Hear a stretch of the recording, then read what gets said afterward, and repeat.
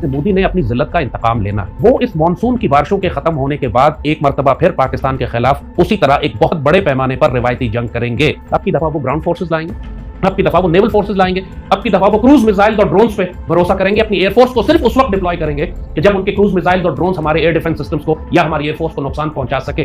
नरेंद्र मोदी भी सितंबर में 75 साल का हो जाएगा। मोहन भगवत जो असल रूलर है इंडिया का, उसने मोदी को धमकी लगाई है कि जब आप 75 साल के हो जाए तो जगह खाली कर दें ताकि नौजवान क़यादत आ सके। 99% पाकिस्तानी मुल्क ने मोहन भगवत का नाम भी नहीं सुना हुआ। He is the real ruler of India. असल इंडिया पे हुक्मरानी इस हरामखोर नाजी की है। इंडिया ने पाकिस्तान का पानी बंद करना ही करना। किसी इंडस वाटर ट्रीटी वायलेट कर चुके हैं ना, तो अब उन्होंने कंस्ट्रक्शन भी शुरू कर दिया। उन्होंने ये देखा है कि पाकिस्तान की स्ट्रेंथ एयरफोर्स है, लिहाजा अब वो अपनी एयरफोर्स सामने ही लेके नहीं आएंगे। पिछली जंग से पहले आपको याद होगा, हम और आप यहीं बैठे हुए थे, हमने आपसे कहा था कि पाकिस्तान के चाइनीज जेट्स जो हैं वो उनके राफेल को और वेस्टर्न टेक्नोलॉजी को मारकर गिराएंगे। ये मैंने कैसे प्रेडिक्ट किया? ये चाहते हैं कि हम सैकड़ों और हजारों की तादाद में ड्रोन और मिसाइल पाकिस्तानी एयरबेसेस पर फायर करें। अब वो मिसाइल पावर और ड्रोन पावर पे काम कर रहा है, ग्राउंड फोर्सेस पे काम कर रहा है, दहशतगर्दों पे काम कर रहा है। यहां हमें चोट लगेगी और अगर इंडिया हमें डैमेज करने लगेगा तो फिर ट्रंप कभी भी बीच में नहीं आएगा सीजफायर करवाने के लिए। जिस अमेरिका से आजादी दिलानी थी इमरान ने पाकिस्तान को, जिसके बयानिए पे उसने पूरे पाकिस्तान में बगावत की और फौज को गालियां दी, आज पूरी उसकी जमात और उसके बेटे अमेरिका में जाकर कह रहे हैं कि हमें आखिरी उम्मीद, हमारा कोई खुदा नहीं है सिवाय अमेरिका के। इन्होंने कलमा बदल दिया अपना। ये बकवास बंद कर दें इमरान की, अमेरिका से आजादी तो गुलामी तो साइफर। इसका तो दांत तोड़ के अलग कर देना चाहिए कि जबान से एक लफ्ज ना निकले इसके। इतना मुनाफिक और मक्कार और झूठा आदमी है ये। इंसान में थोड़ा सा कैरेक्टर होना चाहिए, दुश्मन भी होना कैरेक्टर हो उसके साथ। इंसान अगर मक्कार है, झूठा है, कमीना है, फरेबी है, जानी है, फिर वो दुश्मन बनने के काबिल भी नहीं है। उसको सिर्फ दफन कर देना चाहिए। तो इमरान खान के नाम पे आप इतने जज्बाती क्यों हैं? पाकिस्तान को तोड़ा है ये मुजीब है वक्त। ये टीटीपी को इस्तेमाल कर रहे हैं मुक्ति बहानी के तौर पर, बीएलए को इस्तेमाल कर रहे हैं वक्त की मुक्ति बहानी के तौर पर। क्यों? क्या गंडापुर के जो बयानात हैं इमरान की मर्जी के खिलाफ हो रहे हैं? इमरान खान साहब के कहने पे हुई है। इमरान के 100% कहने पर हो रही है। मैं आपको सबूत और दलील देता हूं इस बात की। आर्मी उन इलाकों में ऑपरेशन करना चाहती है जहन्नुम के कुत्तों और खवारिज के खिलाफ, तो मज़ामत सबसे ज्यादा कौन कर रहा है? इमरान और उसकी पार्टी। इमरान की हुकूमत है उस सूबे में। जो अभी एलामिया निकाला है पीटीआई ने कि इस सूबे में हम किसी फेडरल फोर्स को काम नहीं करने देंगे, इन्ना लिल्लाहि व इन्ना इलैहि राजिऊन। ये एक्चुअली पूरे सूबे को टीटीपी के हवाले करने जा रहे हैं जैसे पहले था। ये बताएं, इतना बड़ा एलामिया उसकी हुकूमत ने और पीटीआई ने निकाला, जहन्नुम के कुत्तों के खिलाफ एक लफ्ज नहीं बोला। जनरल फैज ने लाके क्यों बसाया था? इसी वजह से फैज का कोर्ट मार्शल हो रहा है, वो जेल में अब सजाए मौत हो जाएगी उसको। तो जनरल बाजवा को भी इसमें उसको होना चाहिए था।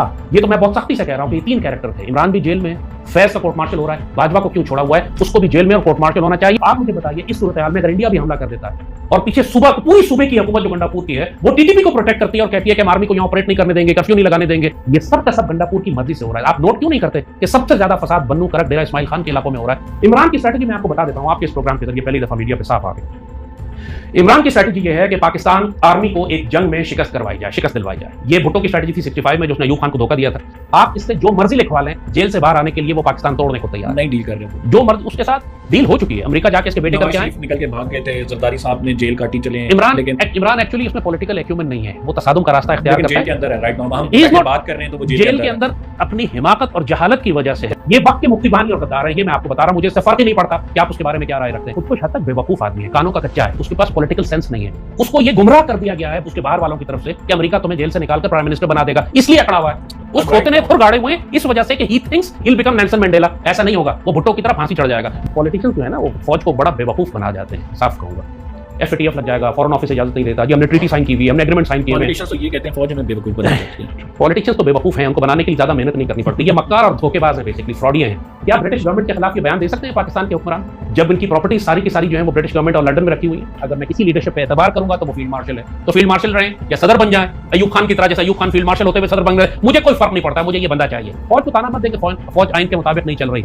फौज को आइन ब्रेक करना पड़ता है क्योंकि सियासतदान पहले आइन ब्रेक कर चुके होते हैं। क्या ये सियासी हुकूमतें और ये जुडिशरी और ये अदलिया जिसका काम है आइन की तशरीह करना, क्या ये कुरान और सुन्नत के मुताबिक चल रहा है? नहीं चल रहा है। तो फिर बंद कर दो ना ड्रामा, ये सारा बकवास और मुनाफिकत बंद कर दें थोड़ी देर के लिए। बिस्मिल्लाहिर्रहमानिर्रहीम, अस्सलाम वालेकुम नाज़रीन, मैं हूं कंबर ज़ैदी, एबीएन पॉडकास्ट में खुशामदीद। आज के एपिसोड में बड़ी खसूसी बातें होने वाली हैं। जैद हामिद साहब हमारे साथ मौजूद हैं। ऑपरेशन सिंदूर नाज़रीन ख़त्म नहीं हुआ। ऑपरेशन सिंदूर में एक पॉज आया। क्या ऑपरेशन सिंदूर दोबारा से रिज्यूम होगा? क्या पाक भारत टाकरा मानसून की बारिशों के बाद दोबारा होने वाला है? ये इंफॉर्मेशन जो मैं आपके साथ शेयर कर रहा हूँ, ये इंफॉर्मेशन कहाँ से आई, क्या सोर्स है इसका, इससे जुड़े सवालात हम जैद हामिद साहब से करेंगे। जरदारी साहब को क्या तब्दील कर दिया जाएगा? पिछले दिनों जरदारी साहब के तब्दील करने की खबरें चली, उसमें कितनी सदाकत थी? 27वीं आईनी तरमीम की भी बातें हो रही हैं। और अगर जरदारी साहब को तब्दील कर दिया गया तो उनकी जगह कौन सी बड़ी कदावर शख्सियत ले सकती है? एक और सवाल जो जैद हामिद साहब से करेंगे, एस्टैब्लिशमेंट और इमरान खान साहब की जंग में कौन जीतेगा? क्या एस्टैब्लिशमेंट की जीत होगी? इमरान खान साहब जो अभी तक डटे हुए हैं वो जीतेंगे? ये तमाम चीज़ें भी इनसे जानेंगे। फिर साथ शाम का जिक्र भी करेंगे। जोलानी की हुकूमत और जोलानी का दमिश्क से भाग जाना ये किस तरफ इशारा करता है? एंड ऑफ टाइम पे भी थोड़ी बात होगी। बहुत शुक्रिया जैद अहमद साहब हमें प्रोग्राम में ज्वाइन करने के लिए। उम्मीद है आप खैरियत से होंगे। अल्लाह का फजल, अल्हम्दुलिल्लाह। ये दूसरी एपिसोड नाज़रीन हम इसकी रिकॉर्ड कर रहे हैं। इससे कभी भी जी, हमारा माशाल्लाह। इंटरव्यू मौजूद है एबीएन पॉडकास्ट, वो आप देख सकते हैं। बड़ी तफसील के साथ हमने इश्यूज़ को कवर किया, बड़ी खुल के जैद साहब ने अपनी राय दी। आज भी हम यही एक्सपेक्ट करते हैं कि आप हर इशू पे अपनी खुल के राय देंगे। स्टार्ट करते हैं, पहले इंडिया से स्टार्ट करते हैं, फिर ग्रेजुअली हम वर्ल्ड इश्यूज़ की तरफ, फिर डोमेस्टिक पॉलिटिक्स की तरफ बढ़ेंगे। ऑपरेशन सिंदूर पॉज हुआ है, ये दोबारा से रिज्यूम होना है। देखिए कमर, पाकिस्तान में एक जनरल माइंडसेट पाकिस्तान के सियासतदानों और फौजी क़यादत में भी यही है कि भारत को जो हमने जलील किया है, उनको जो हमने मारा है, अब 3-4 साल के अरसे के तक कम से कम वो सुकून से बैठेगा। ये बहुत एक फेटल माइंडसेट है। ऑपरेशन सिंदूर का जो पहला हिस्सा था, जो पहला पार्ट था, जिसको हम राउंड 1 कहते हैं, उससे पहले भी पाकिस्तान में एक माइंडसेट था कि दोनों एटमी ताकतें हैं और कभी भी कन्वेंशनल जंग नहीं हो सकती। जाहिर है कि एक रिवायती जंग हुई, एक छोटे से मामले को बुनियाद बनाकर 2 एटमी ताकतें आमने सामने आ गई, एक खौफनाक रिवायती जंग हुई। गो कि जल्दी खत्म इसलिए हो गई कि दुश्मन को मार ज्यादा पड़ रही थी। अगर हम मार खा रहे होते तो कभी भी एक दिन में सीज फायर ना होता। सीज फायर इसलिए हुआ कि दुश्मन को अल्लाह ने जलील किया। मगर वो जख्मी सांप जो है वो अब बिफरा हुआ है। उसने अपने मोदी ने अपनी जिल्लत का इंतकाम लेना है। जो उनकी बॉडी लैंग्वेज है, जो उनकी डिप्लॉयमेंट्स हैं, जो बयानात वो दे रहे हैं अपनी पार्लियामान से लेकर हर प्लेटफॉर्म तक, उससे बिल्कुल वाज़ेह बात है कि वो इस मॉनसून की बारिशों के खत्म होने के बाद एक मरतबा फिर पाकिस्तान के खिलाफ उसी तरह एक बहुत बड़े पैमाने पर रिवायती जंग करेंगे। ये असेसमेंट इस बात पर बेस कर रही है कि अच्छा, ये मॉनसून की बारिशों का ताल्लुक क्या है? देखिए, पिछली दफा उन्होंने सिर्फ अपनी एयर पावर यूज की थी, जिसमें उनको मार पड़ी। उन्होंने ड्रोन्स भेजे थे, उन्होंने क्रूज मिसाइल भेजे थे। अब की दफा वो एयरफोर्स को पीछे रखेंगे। उन्होंने ये देख लिया है कि पाकिस्तान की एयरफोर्स सुपीरियर है, हमारे पास जो टेक्नोलॉजी है वो इंडियंस उसको हासिल करते मजीद 6-7 साल लेंगे। जिस तरीके से पाकिस्तान एयरफोर्स ने अपना नेटवर्क सेंट्रिक वॉरफेयर एक पूरा एक निजाम बनाया था, उनकी स्ट्रेंथ क्या है? इंडियंस की स्ट्रेंथ है पाकिस्तान के अंदर प्रॉक्सी वॉर करना, बीएलए और टीटीपी के जरिए पाकिस्तान में दहशतगर्दी करना, जो आप देख रहे हैं कि ऑपरेशन सिंदूर के पहले पार्ट के बाद से, पहले राउंड के बाद बहुत ज्यादा खौफनाक हद तक टीटीपी को और बीएलए को लॉन्च किया उन्होंने। जो समझिए आप मशरकी पाकिस्तान के रेफरेंस से बात करें तो आज की मुक्ति बाहिनियां हैं ये। इन्होंने मल्टीपल मुक्ति बाहिनियां लॉन्च कर दी हैं पाकिस्तान के अंदर, ताकि पाकिस्तान को अंदर फंसाया जाए। दूसरी उनकी स्ट्रेंथ है ग्राउंड फोर्सेस। उनकी जो जमीनी फौज है उसका मैस इतना ज्यादा है, वो नंबर्स इतने ज्यादा हैं कि वो समझते हैं कि जब वो अपनी जो उन्होंने थिएटर कमांड्स बनाई हुई हैं, इंटीग्रेटेड बैटल ग्रुप्स बनाए हुए हैं और नई वॉर डॉक्ट्रिन्स के तहत अब वो जो नए वेपन सिस्टम्स के साथ, वो ये समझते हैं कि पाकिस्तान में अगर वो ग्राउंड फोर्सेस के जरिए दाखिल हों तो हमारे बॉर्डर्स ब्रीच करके वो हमारे बॉर्डर एरियाज को कैप्चर कर सकते हैं, जैसे रशियंस ने यूक्रेन के साथ किया था। इसलिए मॉनसून जरूरी है, क्योंकि इस वक्त सारा पंजाब जो है पानी में डूबा हुआ है, ग्राउंड जो है वो गीला है, सॉगी है, उस पर टैंक्स नहीं चल सकते। तो पंजाब में जो जंगें होती हैं वो टैंक वॉरफेयर है, उसमें बाकायदा फिजिकल आपको अंदर दाखिल होना पड़ता है दुश्मन में। सियालकोट में भी आपने देखा, 65 में भी आपने देखा कि उनके जो आर्मर्ड डिवीजन से वो अटैक को लीड कर रहे थे, उसके लिए सख्त जमीन चाहिए। हिस्टोरिकली भी पाकिस्तान और इंडिया हमेशा मॉनसून के बाद जंग करते हैं। 65 में भी उन्होंने 7 सितंबर को जंग शुरू हुई। मशरकी पाकिस्तान में भी, चूंकि मशरकी पाकिस्तान में मॉनसून जरा लंबा चलता है, क्योंकि वहां जंगल, सैलाब और चीजें ज्यादा होती हैं, मशरकी पाकिस्तान में भी 22 नवंबर को उन्होंने जंग शुरू की थी। ढाका 16 दिसंबर को फॉल हुआ था, लेकिन इंडियन आर्मी ने जो हमारे बॉर्डर्स ब्रीच किए थे 22 नवंबर को किए थे, मॉनसून के बाद, जब जमीन खुश्क हो गई थी। तो इसलिए एक ये जो हमारा हिस्टोरिकल कॉन्टेक्स्ट है, मुझे बहुत वाज़ेह लगता है कि इस मॉनसून बारिश के खत्म होने के बाद अगले 1-1.5 महीने में हम एक मरतबा फिर खौफनाक तसादुम में जाएंगे भारत के साथ। अब की दफा वो ग्राउंड फोर्सेस लाएंगे, अब की दफा वो नेवल फोर्सेस लाएंगे, अब की दफा वो क्रूज मिसाइल्स और ड्रोन्स पे भरोसा करेंगे। अपनी एयरफोर्स को सिर्फ उस वक्त डिप्लॉय करेंगे कि जब उनके क्रूज मिसाइल्स और ड्रोन्स हमारे एयर डिफेंस सिस्टम्स को या हमारी एयरफोर्स को नुकसान पहुंचा सके।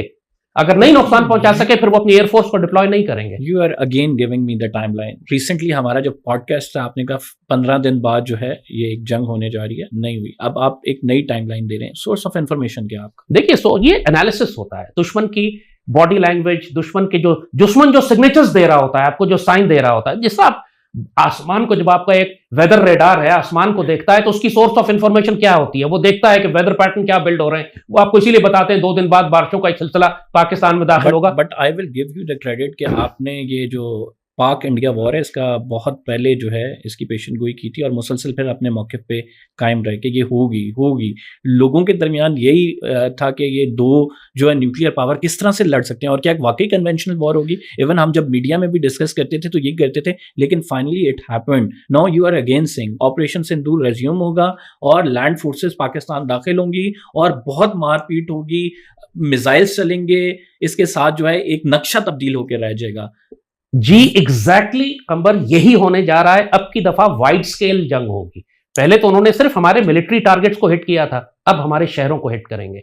अब वो ग्राउंड फोर्सेस जब लॉन्च करेंगे तो हमारे बॉर्डर एरियाज जितने भी हैं वहां से आपके लोगों की माइग्रेशन होगी, हिजरत होगी, लोगों को निकलना पड़ेगा। बहुत बड़ा अपहीवल होगा पाकिस्तान के अंदर। हमारी कौम इसको रियलाइज नहीं कर रही। देखिए, भारत के साथ जो जंगों का ये सिलसिला शुरू हुआ है, मैं ये नहीं कह रहा जंग हुई है, सिलसिला शुरू हो चुका है। उन्होंने आपका पानी बंद करना है। उन्होंने अब दरियाए चनाब पर डैम्स बना रहे हैं, सिंध पर डैम्स बना रहे हैं। वो 3 दरिया जो हमारे पास थे उसका पानी भी आपको नहीं देंगे अब वो। तो आप क्या करेंगे? ये तो हमारी कौमी पॉलिसी डिक्लेयर्ड है कि playing with water means playing with fire. अगर उन्होंने पानी रोका हमारा तो फिर हम लड़कर मरना पसंद करेंगे, प्यासे और भूखे मरना पसंद नहीं करेंगे। सो ये डिक्लेयर्ड पॉलिसी है। इंडिया ने पाकिस्तान का पानी बंद करना ही करना है। किसी इंडस वाटर ट्रीटी वायलेट कर चुके हैं ना, तो अब उन्होंने कंस्ट्रक्शन भी शुरू कर दी है, कंस्ट्रक्शन शुरू कर दी है। तो वाज़ेह बात है कि अगले साल 2 साल के अंदर आपको फैसला कुन जंग करनी पड़ेगी, वरना वो आपका सारा पानी रोकेंगे भी और मॉनसून के वक्त सैलाब भी भेजेंगे। It is a act of war. और अगर फॉर इंस्टेंस 2 साल में कंस्ट्रक्शन ज्यादा हो जाती है और इसी तरह धमकियों का सिलसिला जारी रहता है, who will start this war in first phase? आप अगर देखिए, पहले जंग भारत ने शुरू की थी। जब भारत पिछली जंग से पहले, आपको याद होगा, हम और आप यहीं बैठे हुए थे, हमने आपसे कहा था कि पाकिस्तान के चाइनीज जेट्स जो हैं वो उनके राफेल को और वेस्टर्न टेक्नोलॉजी को मारकर गिराएंगे। ये मैंने कैसे प्रेडिक्ट किया था? मैंने आपको साफ कहा था कि ये होगा और ये उसके बाद फ्रांस भी जलील होगा, इंडिया भी जलील होगा और अल्लाह ताला एक पूरी दुनिया में पाकिस्तान को डोमिनेंट पावर के तौर पर जाहिर करेगा। और एग्जैक्टली वही हुआ 4 दिन के बाद जब मैं और आप बात कर रहे थे। अब हम आपको यह बता रहे हैं कि भारत पहले राउंड के बाद दूसरे राउंड के लिए किसी भी वक्त दाखिल हो सकता है। सिर्फ माहौल और मौसम इस वक्त उसको सपोर्ट नहीं कर रहा। जिस लम्हे उसको अच्छी ग्राउंड फोर्सेस लॉन्च करने का वक्त मिलेगा वो दाखिल हो जाएगा। This could be another 2 months, 1.5 महीना मेरे हिसाब से तकरीबन, क्योंकि नरेंद्र मोदी भी सितंबर में 75 साल का हो जाएगा। मोहन भगवत जो असल रूलर है इंडिया का, उसने मोदी को धमकी लगाई है कि जब आप 75 साल के हो जाएं तो जगह खाली कर दें ताकि नौजवान क़यादत आ सके। मोहन भगवत योगी को लाना चाहता है जो इस वक्त यूपी का चीफ मिनिस्टर है, और नरेंद्र मोदी के पास अपनी कुर्सी बचाने का यह आखिरी मौका है कि पाकिस्तान के खिलाफ कोई एक बड़ी जंगी कार्रवाई करके कामयाबी दिखा सके, वरना मोदी की कुर्सी जा रही है। एक्चुअली मोदी के लिए सर्वाइवल का मसला बन गया ये। मोहन भगवत जो असल प्राइम मिनिस्टर है, असल लीडर है इंडिया का, जिसके आगे मोदी और अमित शाह भी हाथ बांधकर खड़े होते हैं, उसने मोदी को डायरेक्ट धमकी लगाई है। बड़े बड़े इजलास हुए हैं उनके आपस में, आरएसएस के, इनका जो हेडक्वार्टर है दिल्ली में और नागपुर में, वहां पर इनके इजलास हो रहे हैं। एंड टेक्निकली वो एक नॉन गवर्नमेंट ऑर्गेनाइजेशन है आरएसएस जो है, लेकिन that RSS is actually running the Indian government in the Indian army. इन्होंने अपनी सारी मिलिट्री और पॉलिटिकल लीडरशिप आरएसएस की लगाई हुई है। और वहां यह फैसला हो चुका है कि अगर नरेंद्र मोदी ने पाकिस्तान के खिलाफ एक जंगी कामयाबी फौरी हासिल नहीं की तो इसको रिप्लेस कर देंगे। ये टाइमलाइन भी अगले महीने खत्म हो रही है। सो बहुत सारे फैक्टर्स हैं जो मैंने कहा ना, ये सिर्फ आप, that's very interesting if you are saying कि ये फैसला हो चुका है। उन्होंने कहा जी ये फैसला हो चुका है। मोहन भगवत ने धमकी लगाई है मोदी को, खुल के लगाई है, पब्लिक में लगाई है कि ये आरएसएस के अंदर फैसला हुआ है, ये उनकी intelligence agency. Intelligence agency means nothing. Intelligence agencies का हेड कहां हुआ? इंटेलिजेंस एजेंसीज के हेड भी आरएसएस के हैं। ये फैसला मोहन भगवत ने किया है। पाकिस्तानी कौम जो है ना, आरएसएस की स्ट्रेंथ को नहीं जानती जो इंडिया के अंदर उसकी है, जो इन्फ्लुएंस है, जो उसका पावर है। मोहन भगवत को हम लोग नहीं जानते। 99% पाकिस्तानी ने मोहन भगवत का नाम भी नहीं सुना हुआ। He is the real ruler of India. असल इंडिया पे हुक्मरानी इस हरामखोर नाजी की है, जो पाकिस्तानी कौम जिसका नाम भी नहीं जानती। सो इट मींस के मोदी साहब की टाइमलाइन खत्म होने से पहले there will be a war. Modi को एक आखिरी चांस दिया जा रहा है। That's what I am telling you. वो आखिरी चांस उसका मोदी, और साथ साथ चूंकि 75 साल का जो टाइमलाइन है वो मोहन भगवत ने दिया है। आप 75 के हो जाए तो जगह खाली कर दें। ये मोहन भगवत के अल्फाज है। और यंगर जनरेशन को इजाजत देना। यंगर कौन है उसका फेवरेट? यूपी का योगी। और इस वक्त मोहन भगवत की निगाहों में फेवरेट बनने का तरीका यह है कि आप मुसलमानों के खिलाफ कितना जुल्म कर सकते हैं। मोदी को सेलेक्ट इसलिए किया गया था कि इसने गुजरात का वायलेंस, बुचर ऑफ गुजरात इसको कहते थे, इसलिए इसको चीफ मिनिस्टर से आगे लेके चल रहे हैं, एक्सट्रीमिज्म पे जा रहे हैं। यूपी में सारा आप देख रहे हैं, बुलडोजर जस्टिस जो है, हजारों मुसलमानों के घर गिराए, मस्जिदें गिराई, अजानों पे पाबंदी, औकाफ पे पाबंदी, जो जुल्म हो रहा है। पीपल वांट टू नो, इस फेज में हमने देखा कि एयरफोर्स डोमिनेंट थी, मिसाइल्स टेक्नोलॉजी का इस्तेमाल किया, ड्रोन्स थे उनका इस्तेमाल हुआ, बाकायदा बॉर्डर क्रॉस नहीं हुए। हमारी एयरफोर्सेस कैपेबल है कि इंडिया के राफेल, MiG-29 इनको गिरा सके। क्या आप समझते हैं कि एयरफोर्स की इतनी कैपेबिलिटी होने के बाद भी इंडियंस ये जुर्रत करेंगे कि वो बॉर्डर क्रॉस करें? लेकिन उन्होंने वॉर स्ट्रैटेजी चेंज कर दी है ना। This is exactly what they have done. उन्होंने रिकैलकुलेट किया, रिकैलिब्रेट किया अपनी वॉर स्ट्रैटेजी को। उन्होंने ये देखा है कि पाकिस्तान की स्ट्रेंथ एयरफोर्स है, लिहाजा अब वो अपनी एयरफोर्स सामने ही लेके नहीं आएंगे। उन्होंने ये देखा है कि पहले राउंड में उनके क्रूज मिसाइल्स बहुत सारे ऐसे थे जो हमारे एयर डिफेंस को क्रॉस करके पाकिस्तान के एयर बेसिस तक पहुंच सके। बोलारी का एयरबेस हमारा हिट हुआ, हमारे मुख्तलिफ एयरबेसिस के ऊपर उन्होंने आके मिसाइल ड्रॉप गिरे। बहरहाल हमें भी चोट लगी, उनको भी चोट लगी, हमारे भी एयरबेसिस पे उन्होंने तबाही मचाई। ईरान और इसराइल के जंग ने दुनिया को बहुत कुछ दिखा दिया है कि मिसाइल पावर क्या कर सकती है। इसराइल का दुनिया में सबसे आला एयर डिफेंस सिस्टम है, मल्टी टियर्ड, मल्टी लेयर्ड है। इनके पास आयरन डोम भी है, तो थार्ड भी है, तो एरो भी है, तो उसके बाद दुनिया का हर किस्म के। इसके बावजूद जो ईरान की जानिब से सरफेस टू सरफेस और बैलिस्टिक मिसाइल फायर हुए, उन्होंने पूरे तल अवीव को खंडर बना के रख दिया। एयर डिफेंस की एक लिमिट होती है, उसके बाद वो डिफेंड नहीं कर सकता। इतनी तेजी से आप रिलोड भी नहीं कर सकते अगर सामने से लोग जो हैं इतनी ज्यादा तादाद में मिसाइल फायर करें। आपने इसराइल का हाल देख लिया ना। इंडियंस अब यही स्ट्रैटेजी पाकिस्तान के खिलाफ करना चाहते हैं। वो ये चाहते हैं कि हम सैकड़ों और हजारों की तादाद में ड्रोन्स और मिसाइल पाकिस्तानी एयर बेसिस पर फायर करें ताकि पाकिस्तान एयरफोर्स उड़ ही ना सके। ये उनकी स्ट्रैटेजी है। वो अपनी एयरफोर्स को सिर्फ उस वक्त ऊपर उठाएंगे जब उनको ये यकीन होगा कि पाकिस्तान की फजाइया अपने अड्डों से नहीं उड़ सकती। इसके लिए हमारे एयरबेसिस को वो टारगेट करेंगे उन्हीं मिसाइलों से, क्रूज मिसाइल से, हाइपरसोनिक से, ड्रोन से, जिस तरह ईरान ने इसराइल को किया था। इसराइल एयरफोर्स यूज कर रहा था, इसराइल ने मिसाइल नहीं भेजा ईरान के खिलाफ। इसराइल ने ईरान को कैसे मारा? एयरफोर्स से, long distance stand of missiles के साथ, या अपने ईरान के अंदर दहशतगर्दों से, अब ईरान के अंदर जासूसों से, गद्दारों से, जिन्होंने सारी असैसिनेशंस की अंदर जाके। इंडिया पहले एयरफोर्स लेकर आना चाहता था हमारे खिलाफ। जब उसने ये देखा कि एयर पावर उसकी हमारे कंपैटिबल नहीं है, अब वो मिसाइल पावर और ड्रोन पावर पे काम कर रहा है, ग्राउंड फोर्सेस पे काम कर रहा है, दहशतगर्दों पे काम कर रहा है। यहां हमें चोट लगेगी क्योंकि ये वाइड स्केल जंग होगी। ये वो जंग 2 दिन में, 4 दिन में खत्म होने वाली नहीं है। और अगर इंडिया हमें डैमेज करने लगेगा तो फिर ट्रंप कभी भी बीच में नहीं आएगा सीज फायर करवाने के लिए। सीज फायर वो सिर्फ उस वक्त करवाने आया था कि जब मोदी की नाक वाक टूट गई थी, दांत टूट के हाथ में आ गए थे, इसलिए अमेरिका आया था सीज फायर करवाने। ईरान और इसराइल की जंग में भी ट्रंप सिर्फ इसलिए बीच में आया था कि इसराइल को मार पड़ने लगी थी। कंबोडिया और थाईलैंड की जंग में भी ट्रंप सिर्फ इसलिए बीच में आया कि थाईलैंड को मार पड़ने लगी। आप ये नोट करेंगे कि पिछले दिनों इन्होंने जो 3 मुल्कों के दरमियान जंगें हुई हैं, एक मुल्क उसमें चाइना का हलीफ था, दूसरा मुल्क अमेरिका का हलीफ था। और ट्रंप तीनों जंगों में जो कहता है कि मैंने जंग रुकवाई थी, मैंने ईरान इसराइल जंग भी रुकवाई, मैंने पाकिस्तान इंडिया जंग भी 28 दफा कह चुका है कि मैंने पाकिस्तान इंडिया जंग रुकवाई, थाईलैंड और कंबोडिया की जंग रुकवाई, इसलिए कि इसका पालतू कुत्ता हर दफा पिट रहा था। इंडिया पिट रहा था तो इसने सीज फायर करवाया, इसराइल पिट रहा था तो सीज फायर करवाया, और थाईलैंड पिट रहा था तो उसने सीज फायर करवाया। ये तीनों मुल्क प्रो इंडिया है, प्रो अमेरिकन है। और जो 3 मुल्क हैं, पाकिस्तान, ईरान और कंबोडिया, ये प्रो चाइना है। तो बेसिकली ये लार्जर एक्सेस पे भी अगर आप देखें तो ये चाइना रशिया वॉर का भी एक एक्सेस है। जो मुख्तलिफ जंगें आपने दुनिया में पिछले दिनों देखी, क्या ये प्रॉक्सीज ही होती रहेंगी, ये डायरेक्ट कन्फ्रंटेशन? डायरेक्ट कन्फ्रंटेशन इनका देखिए ताइवान पर होगा, लेकिन वो फिर पूरी दुनिया तबाह करेगा। दुआ ना करें कि डायरेक्ट कन्फ्रंटेशन अभी हो जाए इनका। नॉर्थ और साउथ कोरिया का भी कहा जाता है कि वहां पे भी ये इन्होंने 5-7 एक्सेस ऐसे रखे हुए हैं। यूक्रेन एक एक्सेस है ना, नेटो का पूरा ब्लॉक जो है वो रशिया के खिलाफ चल रहा है। किसी भी वक्त वो एटमी जंग में तब्दील हो सकती है, किसी वक्त यूरोप में जंग हो सकती है। अगर आप ये देखें कि रशिया और पोलैंड की लड़ाई शुरू हो गई है, जो कि होने वाली है कुछ अरसे में, बहुत ज्यादा पोस्टरिंग हो रही है, पूरा यूरोप जंगों की तैयारी कर रहा है, तो फिर आप एक्चुअली यू विल से कि ये high intensity nuclear world war शुरू हो चुकी है यूरोप में।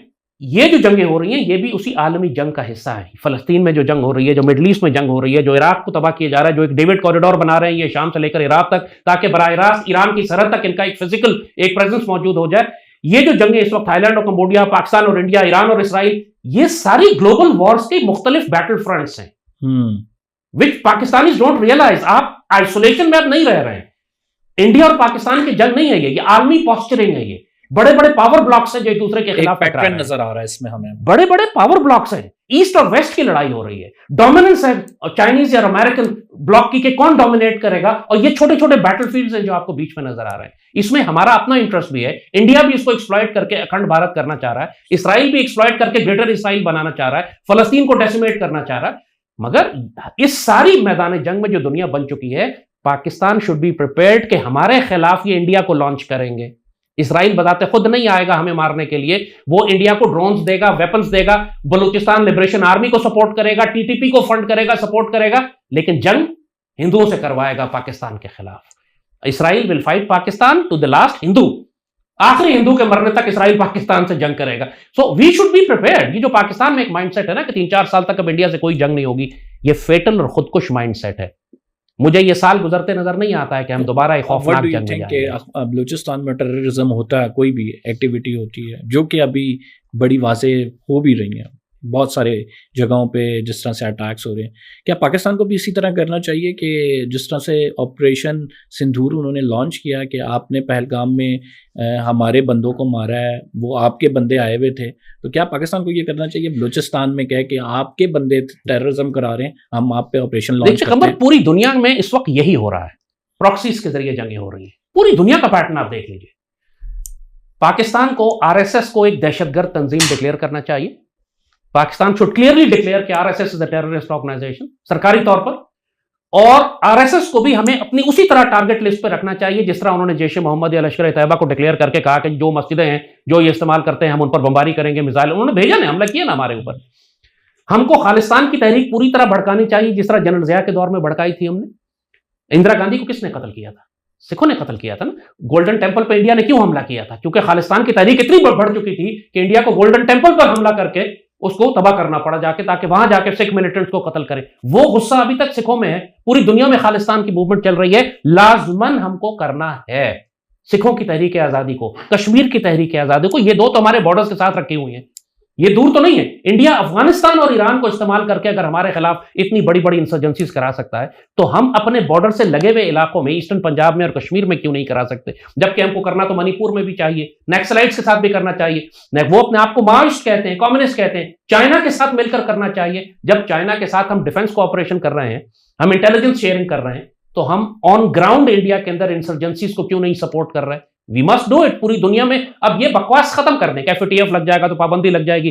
अब गेम उससे बहुत आगे जा चुकी है। अब कौमों के सर्वाइवल की बात है। आप हाई इंटेंसिटी कॉन्फ्लिक्ट से बचना चाहते हैं, इंडिया के अंदर आग लगा दें, वरना फिर हाई इंटेंसिटी कॉन्फ्लिक्ट करें जो आपने पिछले दिनों की है और दोबारा करेंगे और करते चले जाएंगे जब तक कि पाकिस्तान या इंडिया में से कोई एक खत्म ना हो जाए। के अंदर आग अगर लगाएं फॉर इंस्टेंस, क्या आप नहीं समझते कि ये इंसाइटमेंट टू द वायलेंस है? इंसाइटमेंट टू द वायलेंस हो चुकी है यार, एक राउंड हो चुका है जंग का, दूसरा हाई इंटेंसिटी कॉन्फ्लिक्ट होने वाला है। मजीद कौन सा वायलेंस आप चाहते हैं? That is followed by the events के उन्होंने हम पर अटैक, वही हम फिर उसके राइट नाउ क्या आप समझते हैं कि पाकिस्तान ये एज्यूम करके अटैक कर इंडिया पे कि इंडिया ने हम पे अटैक करना? अगर आप यही बात कर रहे हैं कि हमें रिस्पॉन्ड, मैं तो रिस्पॉन्ड करने की बात कर रहा हूं। क्या वो टीटीपी और BLA को सपोर्ट नहीं कर रहे?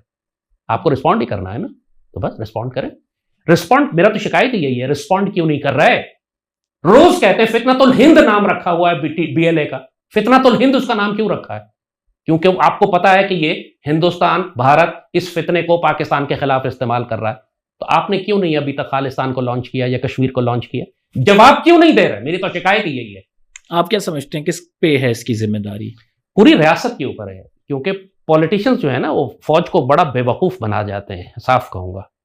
FATF लग जाएगा, फॉरेन ऑफिस इजाजत नहीं देता जी, हमने ट्रीटी साइन की हुई है, हमने एग्रीमेंट साइन किया है। पॉलिटिशियंस तो ये कहते हैं फौज हमें बेवकूफ बना देती है। पॉलिटिशियंस तो बेवकूफ हैं, उनको बनाने के लिए ज्यादा मेहनत नहीं करनी पड़ती। ये मक्कार और धोखेबाज हैं, बेसिकली फ्रॉडिये हैं। इन सब के इंटरेस्ट हैं अमेरिका के साथ। आप मुझे बताइए ना, क्या ब्रिटिश गवर्नमेंट के खिलाफ ये बयान दे सकते हैं पाकिस्तान के हुक्मरान, जब इनकी प्रॉपर्टी सारी की सारी जो है वो ब्रिटिश गवर्नमेंट और लंदन में रखी हुई है?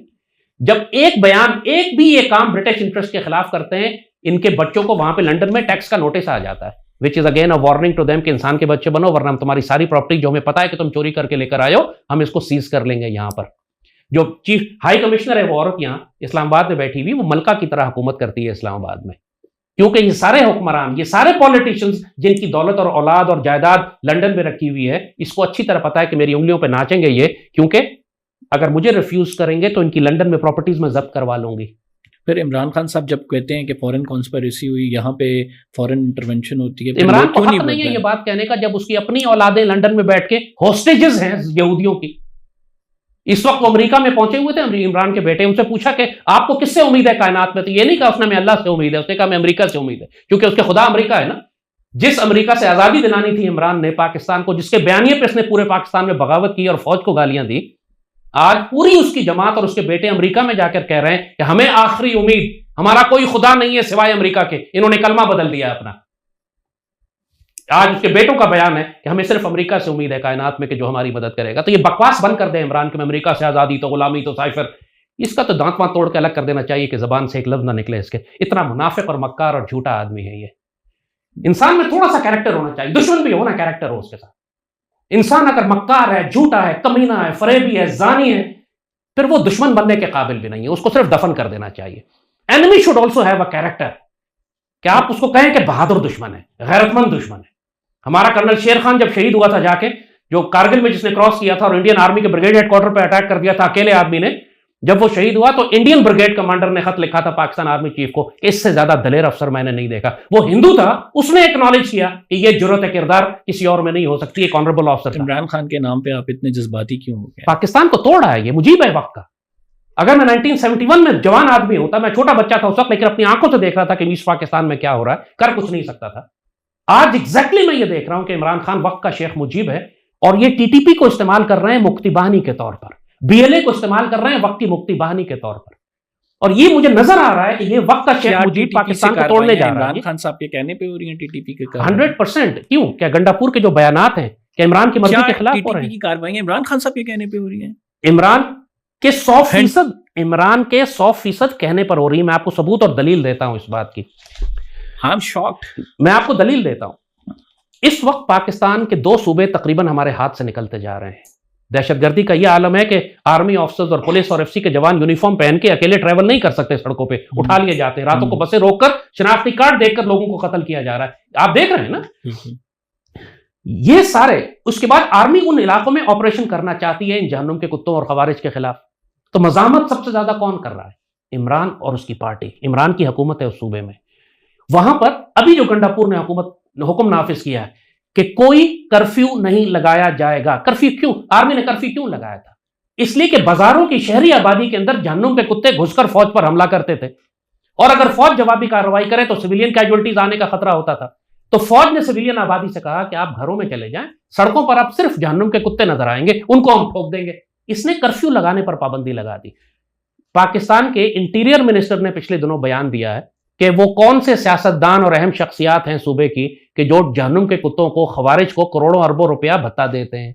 पूछिए ना चीफ मिनिस्टर से, आप चीफ मिनिस्टर आपको नाम बताएंगे उनका, जो भत्ता दे रहे हैं अरबों रुपया उनको। क्यों टीटीपी के खिलाफ ये जो अभी एलामिया निकाला है पीटीआई ने कि इस सूबे में हम किसी फेडरल फोर्स को काम नहीं करने देंगे, इन्ना लिल्लाहि व इन्ना इलैहि राजिऊन। क्या पूरे सूबे खैबर का बॉर्डर अफगानिस्तान से नहीं लगता? ये कैसे मुमकिन है कि आप किसी फेडरल फोर्स को यहां काम ना करने दें, आर्मी को निकाल लें?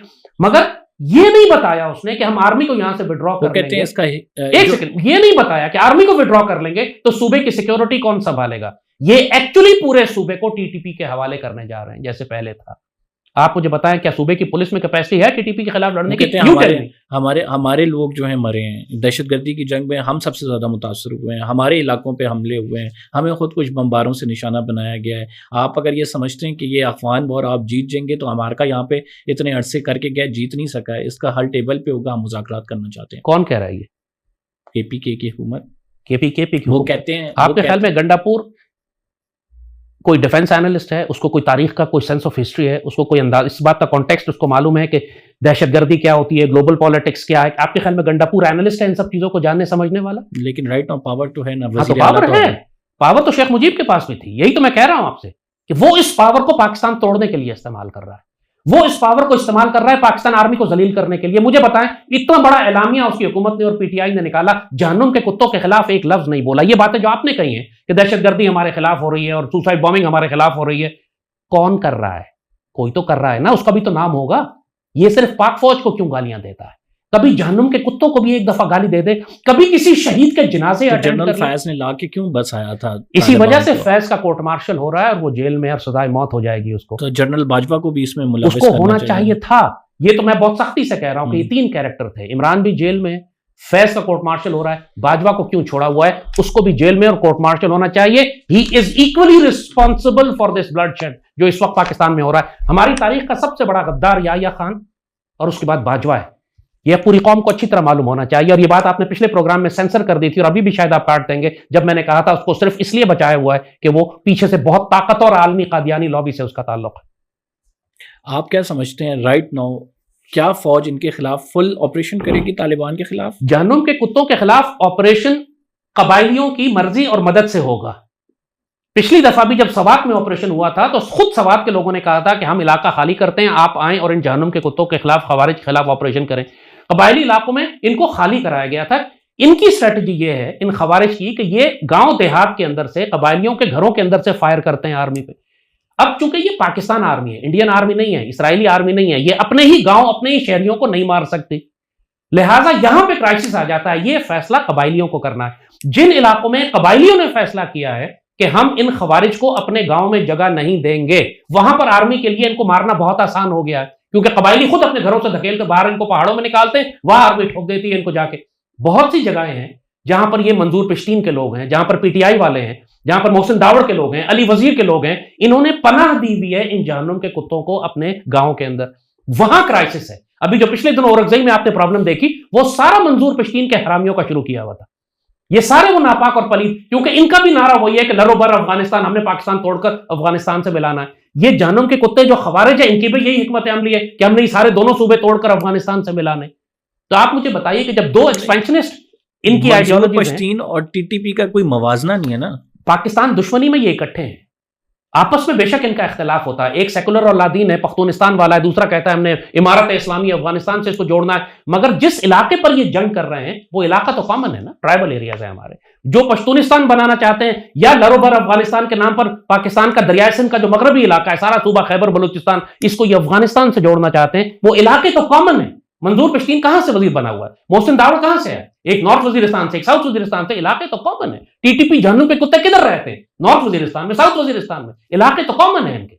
एक सेकुलर लादीन है, एक मजहबी दहशतगर्द है, दोनों पाकिस्तान दुश्मन है, पाकिस्तान के खिलाफ इकट्ठे हो जाते हैं। मुझे ये बताएं कि राइट नाउ इस जंक्चर पे जब हम ये कह रहे हैं कि हम कुछ अरसे बाद सिंदूर, ऑपरेशन सिंदूर स्टार्ट हो सकता है, हम किसी भी टाइम भारत से जा सकते हैं, इंटरनेशनली हालात क्या चल रहे हैं, क्या हमें दूसरा फ्रंट भी छेड़ देना चाहिए अफगानिस्तान वाला, जहाँ पे तालिबान अफगानिस्तान वाला फ्रंट हम नहीं छेड़ रहे यार, क्यों नहीं समझते? वो छिड़ा हुआ है, वो छिड़ा हुआ है ऑलरेडी, वो दुश्मन ने छेड़ा है। डू यू थिंक कि ये मल्टी फ्रंट पे हमें वॉर चलेगी हमारी? इतना हम देर कर चुके हैं कि अब हमको मल्टीपल फ्रंट्स पर लड़ना ही पड़ेगा। मुझे बताइए, मुझे सिर्फ एक बात बताओ, जंग करने के लिए सबसे पहला इंपॉर्टेंट एलिमेंट होता है कि पॉलिटिकल लीडरशिप ओन करे उस जंग को, कि पाकिस्तान के दिफा की जंग है, हम फौज के साथ खड़े हैं। आपको सुबह खैबर में जो पॉलिटिकल गवर्नमेंट है वो इस जंग की ओनरशिप लेती नजर आती है या दहशतगर्दों को बचा रही है? बलूचिस्तान की गवर्नमेंट आपको बीएलए की दहशतगर्दी के खिलाफ ओनरशिप लेती नजर आ रही है या बिल्कुल इनकैपेसिटेटेड है? बात यह है कि जब पॉलिटिकल गवर्नमेंट, आपने प्रेसिडेंट जरदारी का कभी सुना टीटीपी के खिलाफ बयान, प्राइम मिनिस्टर का कभी बयान सुना है, कभी चीफ मिनिस्टर्स का बयान सुना? कोई पॉलिटिकल पार्टी और पॉलिटिकल लीडर पाकिस्तान में दहशतगर्दी के खिलाफ जंग की ओनरशिप ही नहीं लेना चाह रहा, कोई बात ही नहीं करता अपने आप को बचाने के लिए। तो हम कैसे इस जंग को जीतेंगे? यही तो क्राइसिस, इसीलिए तो भी आर्मी ने फोर्स किया था गंडापुर गवर्नमेंट को कि आप ऑल पार्टीज कॉन्फ्रेंस बुलाएं ताकि दहशतगर्दी पे बात करेंगे। ना कॉन्फ्रेंस बुलाई, ना उस पर बात की, लिहाजा प्राइम मिनिस्टर को बुलाना पड़ा कुछ बुजुर्गों को और कुछ लोगों को बिठा के बात करने के लिए, क्योंकि सूबे की हुकूमत ओनरशिप ही नहीं ले रही।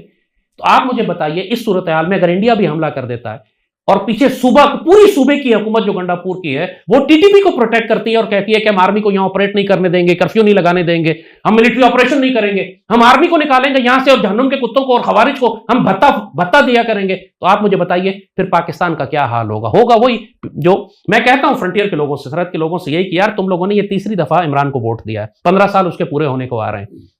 इन 15 सालों के बाद अगर ये हुकूमत जहन्नुम के कुत्तों को लाकर तुम पर मुसल्लत कर देती है, देन यू डिजर्व इट। तुम इस काबिल हो कि तुम्हारे साथ जहन्नुम के कुत्ते तुम्हारे सर काटें, तुम्हारी बच्चियां उठा के ले जाएं, तुमसे भत्ते वसूल करें। तो लोगों को याद नहीं रहता, 2007, 8, 9, 10 की बात है, पेशावर से सारे प्रोफेशनल निकल कर चले गए थे क्योंकि ये सबको अगवा करके भत्ता वसूल किया करते थे। पूरा पेशावर खाली हो गया था प्रोफेशनल से, पढ़े लिखे ताजिर, पढ़े लिखे इंजीनियर्स, डॉक्टर्स, जो कारोबारी लोग वहां पे थे 100% सबसे भत्ते लिए जाते थे, उनको उठाकर टीटीपी ले जाती थी, जब तक कि आर्मी ने सवात में आके पीछे से इनको साफ ना किया। तो अब ये दोबारा शुरू हो चुका है। अब आप सफर नहीं कर सकते बसों में, बसों से उतार के अगवा किए जाते हैं, भत्ते वसूल किए जाते हैं। ये सब का सब गंडापुर की मर्जी से हो रहा है। आप नोट क्यों नहीं करते कि सबसे ज्यादा फसाद बन्नू, करक, डेरा इस्माइल खान के इलाकों में हो रहा है, जो गंडापुर के अपने इलाके हैं। आपने कभी गंडापुर को इस पर बयान देते सुना? बल्कि मैंने ये बयान उसका सुना कि मैं कर्फ्यू नहीं लगाने दूंगा, मैं फौज को निकाल दूंगा, ऑपरेशन नहीं करने दूंगा, मैं ड्रोन का इस्तेमाल नहीं करने दूंगा। जो पागल के बच्चे हो तो क्या तुम्हारा दिमाग खराब है क्या? दुश्मन तो ड्रोन इस्तेमाल कर रहा, आर्मी को तुम ड्रोन नहीं इस्तेमाल करने दे रहे, तुम टारगेटेड ऑपरेशन नहीं करने दे रहे, तुम सिविलियन आबादी और दहशतगर्दों को अलग अलग नहीं करने दे रहे जब वो कर्फ्यू लगा के अलग करना चाहते हैं। तुम कह रहे हो हम आर्मी को और एफसी को, ये जो फ्रंटियर कांस्टेबलरी जिसको भी फेडरल फोर्स का दर्जा दिया है, इसको हम मानते ही नहीं, इसको हम ऑपरेट ही नहीं करने देंगे सूबे में। तो साफ खुल के कहो कि मैं अपनी चीफ मिनिस्टरशिप हैंडओवर कर रहा हूं जहन्नुम के कुत्ते नूर वली महसूद को। कह दो साफ साफ कि मैं पूरा सूबा उनको देने जा रहा हूं टीटीपी को। बकवास क्यों कर रहे हो? जिस किस्म के तुम ये कर रहे हो, मैं आर्मी को ऑपरेट नहीं करने दूंगा और मैं कर्फ्यू नहीं लगाने दूंगा, इन सब का क्या मतलब है? यू टेल मी, क्या मतलब है इसका? किसको प्रोटेक्ट कर रहा है? वो आर्मी को प्रोटेक्ट कर रहा है, पाकिस्तान को प्रोटेक्ट कर रहा है, या टीटीपी को प्रोटेक्ट कर रहा है? फिर आप मुझसे कहते हैं कि आप इमरान की मर्जी के बगैर हो रहा है ये सब कुछ। एक इमरान के बयानात हैं ये, 100% उसने सपोर्ट किया है इस बात को। गंडापुर अपनी मर्जी से नहीं कर रहा है, he is totally controlled by Imran Khan. Imran की स्ट्रेटजी मैं आपको बता देता हूं आपके इस प्रोग्राम के जरिए, पहली दफा मीडिया पे साफ आके। इमरान की स्ट्रेटजी ये है कि पाकिस्तान आर्मी को एक जंग में शिकस्त करवाई जाए, शिकस्त दिलवाई जाए। ये भुट्टो की स्ट्रेटजी थी 65 में, जो उसने अयूब खान को धोखा दिया था। इमरान ने तो despite of all the differences, Imran Khan साहब का जो ट्वीट आया है वो आर्मी के हक में आया जब जंग हो रही थी। इससे बड़ा मुनाफिक आदमी कायनात में आपको कोई नहीं मिलेगा। इसका सारा सोशल मीडिया जो जिब्रान इलियास चला रहा है अमेरिका से, इस वक्त इंडियन सोशल मीडिया बना हुआ है। पूरी पीटीआई, आप हमारे शहीदों के नीचे कमेंट्स तो देखा करें। जब आईएसपीआर अपने कमेंट्स बंद कर दिया, आईएसपीआर ने जब शहीदों की खबरें देती है, क्योंकि पीटीआई वाले नीचे जाकर मजाक उड़ाते हैं हमारे शोहदा का। ये सब इमरान के कहने पर हो रहा है ना। इमरान की स्ट्रेटजी ये है कि पाकिस्तान आर्मी को मैदान जंग में शिकस्त दिलवाई जाए, ताकि इसके बाद जनरल आसिम और फील्ड मार्शल और फौज की जो क़यादत है वो जलील हो जाए, वो रुसवा हो जाए। जेल से बैठा हुआ इमरान खान, जिसे अपने घर वालों से मुलाकात नहीं करने दी जा इससे रही, कोई फर्क नहीं पड़ता। अल्ताफ हुसैन लंदन में बैठा, अल्ताफ हुसैन लंदन में बैठा हुआ था, पूरा कराची एक फोन कॉल पर बंद करवा देता था। वो और दौर था सर, ये भी वही दौर है। इमरान अंदर बैठा हुआ है, एक ट्वीट के ऊपर एक मुलाकात करके कोई आता है, हलीमा आती है, कोई भी जाता है, उसके बाद उसके पूरे पाकिस्तान में अगले महीने से ये तहरीक चलाने जा रहे हैं पाकिस्तान के खिलाफ। इसके लिए इन्होंने बीएलए से राब्ता किया है, इसके लिए टीटीपी से मिले जाके, इसके लिए इंडियन इमरान खान तहरीक चलाने के लिए बीएलए से मिले, टीटीपी से। जी जी जी जी, इसकी बहनें गई हैं सारी, बीएलए के कैंप्स में बैठी हैं, उनको सपोर्ट का एहसास दिलाया। टीटीपी तो सारा का सारा गंडापुर कोऑर्डिनेट कर रहा है। ये सब कुछ हो रहा है। पाकिस्तान की जितनी मुक्ति बहानियां हैं उनको इस्तेमाल किया जाएगा आर्मी के खिलाफ। ये इमरान की नई स्ट्रेटजी है। इंडिया हमला करके पाकिस्तान को अगर नुकसान पहुंचाता है, अल्लाह न करे, जो कि इंशाल्लाह नहीं पहुंचाएगा। देखें, एक पॉलिटिकल जमात है, वजीर आज़म है, साबिक वजीर आज़म है, आप अपनी राय का इजहार करें, मैं आपको रोकूंगा नहीं, आप अपनी राय का इजहार खुल के कर सकते हैं, कुछ भी कह सकते हैं। बट डू यू थिंक कि ऐसे इल्जामात लगाना किसी भी पॉलिटिकल पार्टी पे या किसी पॉलिटिशियन, यही सारी बात है ना। लोगों ने शेख मुजीब के बारे में भी, शेख मुजीब के बारे में भी कही थी कि जी पॉलिटिकल पार्टी है, सबसे बड़ी पार्टी है, मशरकी पाकिस्तान में जीत गई है, वो गद्दार तो नहीं था। ये इमरान का नैरेटिव है ना, उसको हक नहीं दिया गया था, इसलिए जनाब ज्यादती हुई, फौज ने ज्यादती की। क्या शेख मुजीब गद्दार नहीं था? नहीं, तो अगर फौज खुद तस्लीम करे कि हमसे ज्यादती हुई है, तो किससे, कहां ज्यादती हुई है, किससे ज्यादती हुई? मतलब फौज अगर खुद कहे कि हमने माजी में हमसे गलतियां होती रही हैं, आप नहीं समझते 1971 की गलती भी फॉर इंस्टेंस, आप इतना सिंपल नहीं है कि आप कहें कि फौज से गलती हो गई या सियासतदानों से गलती हो गई। एक साजिश और एक कंस्पिरेसी को, उसके पूरे प्लॉट को आपको, हिस्टोरिकल कॉन्टेक्स्ट को आपको देखना होगा। डू यू थिंक कि फौज से कोई गलती नहीं हुई है फौज से 75 सालों में? मैंने अभी आपसे कहा है कि बाजवा और फैज को फांसी देनी चाहिए, तो इसका क्या तो मतलब है? इसका मतलब ये है कि फौज हमारी गलतियां करती रही है। फौज हमारे ही माशरे की, हमारे ही कौम की, हमारे ही फर्द है, हमारे बच्चे हैं। वो जो बच्ची ने, आईएसपीआर की बच्ची ने जो बात कही थी, जिस पर बड़ा मजाक उड़ाया इन लोगों ने कि फौज ने कहा कि फौज ये नहीं कि गलती नहीं करती, लेकिन जो करती है वो नेशनल इंटरेस्ट में करती है। वो उस पर बड़ा मजाक उड़ाया। वो बच्ची बात कन्वे नहीं कर सकी अपना। असल बात यह है कि फौज जब भी गलती करती है, वो हमेशा, जिसको आप गलती समझते हैं, वो हमेशा कम से कम ये ध्यान रखती है कि इसमें पाकिस्तान का फायदा क्या है, करने की कोशिश करती है। गलती कर जाती है, चूंकि इंसान है, गलती कर सकते हैं, बदनीयत नहीं होते। बदनीयत आए हैं जनरल पाकिस्तान की तारीख में, ऐसी बात नहीं है। क्या नहीं बदनीयत था, बाजवा बदनीयत था, फैज बदनीयत था। I want to clarify this for the audience as well. We can't name it फौज, because फौज में वो जवान भी है जो बॉर्डर्स पे है, फौज में वो लोग भी हैं जो ऐसी फैमिलीज से हैं, जो हमारे शोधा हैं, जो लोग हैं, जो आम सिविलियंस के बाद जो फौजी बन जाते हैं. I'm particularly talking about the decision makers, the establishment. मैं बहुत साफ देखिए, मुझसे ज्यादा फौज पर तनकीद करने वाला कोई शख्स पाकिस्तान में नहीं होगा. लेकिन मेरी तनकीद मोहब्बत और प्यार में होती है. मेरी तनकीद नसीहत आमेज होती है. मैं इमरान की तरह फौज तबाह करने के लिए तनकीद नहीं करता. मैं फौज की हिफाजत करने के लिए और उसको बचाने के लिए, नसीहत करने के लिए तनकीद करता हूं. इसलिए ये मेरी सुनते भी हैं, इज्जत भी करते हैं, मेरी सख्त बात भी बर्दाश्त कर जाते हैं. बात यह है कि इमरान शेख मुजीब बन चुका है. वो पाकिस्तान तोड़ना चाहता है. अपने ख्याल में अपनी आजादी की खातिर वो कोई भी कीमत देने को तैयार है. इस वक्त आप इससे जो मर्जी लिखवा लें, जेल से बाहर आने के लिए वो पाकिस्तान तोड़ने को तैयार नहीं डील कर रहे. वो जो मर्जी, उसके साथ डील हो चुकी है. अमेरिका जाके इसके बेटे नवाज शरीफ निकल के भाग गए थे, जरदारी साहब ने जेल काटी चले. इमरान एक्चुअली उसमें पॉलिटिकल एक्यूमेंट नहीं है. वो तसादुम का रास्ता इख्तियार करता है. जेल के अंदर है राइट नाउ. हम बात कर रहे हैं तो वो जेल के अंदर अपनी हिमाकत और जहालत की वजह से है. That means one thing is establish कि वो डील नहीं कर रहा है. वो उसको गलत लाइन दे दी गई है. उसको ये बात ये कि ही इज स्टूपिड. मैं तो कह रहा हूं वो खतरनाक और खुदकुश हद तक बेवकूफ आदमी है. कानों का कच्चा है. उसके पास पॉलिटिकल सेंस नहीं है. उसको ये गुमराह कर दिया गया है उसके बाहर वालों की तरफ से कि अमेरिका तुम्हें जेल से निकालकर प्राइम मिनिस्टर बना देगा, इसलिए अकड़ा हुआ है. उस खोते ने खुर गाड़े हुए इस वजह से कि he thinks he will become Nelson Mandela. ऐसा नहीं होगा. वो भुट्टो की तरह फांसी चढ़ जाएगा. भुट्टो को भी आखिरी सेकंड तक यही उम्मीद थी कि मैं डील नहीं करूंगा, कॉम्प्रोमाइज नहीं करूंगा, मुझे मुल्क छुड़ा लेगा. लेकिन आखिर में जब उसको तमाम पॉलिटिशियंस एक तरफ, और अगर एक पॉलिटिशियंस पूरी मुल्क की पॉलिटिक्स को रन कर रहा हो, आवाम को रन कर रहा हो, और फिर हम उसे कहें कि पॉलिटिशियन नहीं है, देखिए आप जो मर्जी कहें, मुझे इससे फर्क नहीं पड़ता कि कौन उसका हिमायती है, कौन उसके मुखालिफ है, किसने पहले डील की और कौन डील नहीं कर रहा. मैं साफ ये देख रहा हूं कि कौन पाकिस्तान को नुकसान पहुंचा रहा है. किसी ने डील करके नुकसान पहुंचाया, किसी ने डील ना करके नुकसान पहुंचाया. ये वक्त के मुक्ति बानी और गद्दार हैं. ये मैं आपको बता रहा हूं. मुझे इससे फर्क ही नहीं पड़ता कि आप उसके बारे में क्या राय रखते हैं. जो अल्लाह के फजल से 18 साल मुझे मीडिया में हो गए, जिस शख्स के बारे में मैंने जो बात कही है एग्जैक्टली वो वैसा ही निकला. कोई अल्लाह के फजल से कोई मेरा यूटर्न दिखा है ना. इमरान के तो हजारों यूटर्न आप दिखा सकते हैं. आप मेरा कोई यूटर्न दिखा. अभी आपने कहा कि पूरी दुनिया मजाक उड़ाती रही इतने साल आपका कि जंग नहीं होगी. आप कहते रहे जंग होगी, फिर हो गई. दुरुस्त है. तो मैं तो स्टैंड जिस बात पे लेता हूं अल्लाह उसको सच साबित कर दे.